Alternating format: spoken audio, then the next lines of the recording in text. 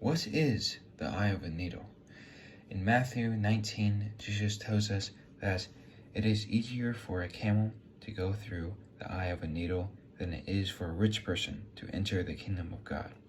But what does he mean by the eye of a needle? Well, there's an idea out there that he was referring to a gate in the wall of the nearby city, Jerusalem, through which a camel would have to, because it's so small, kneel down and unload all of its cargo and kind of crawl through, as a metaphor, as the rich have to leave their possessions behind.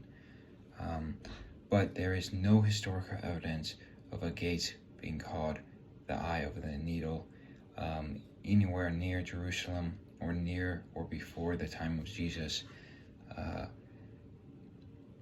It's a metaphor, not about a physical gate, but Jesus was using hyperbole, comparing a camel, the largest land animal in the region, and a eye of a sewing needle, the smallest opening,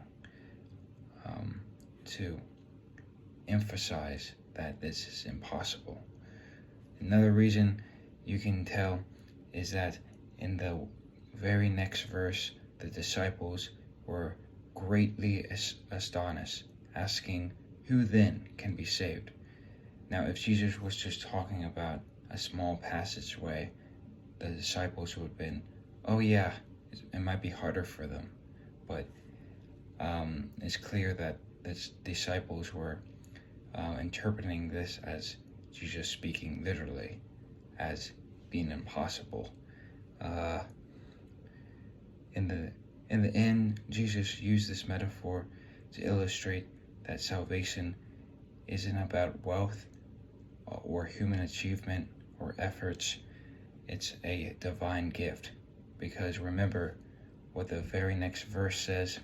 After that, Jesus says that with man this is impossible, but with God all things are possible. So, take it literally, as a camel can't go through an eye of a sewing needle. It's impossible, and it's impossible for all of us. But because salvation is a divine gift, all things are possible through God. Hope this clears it up.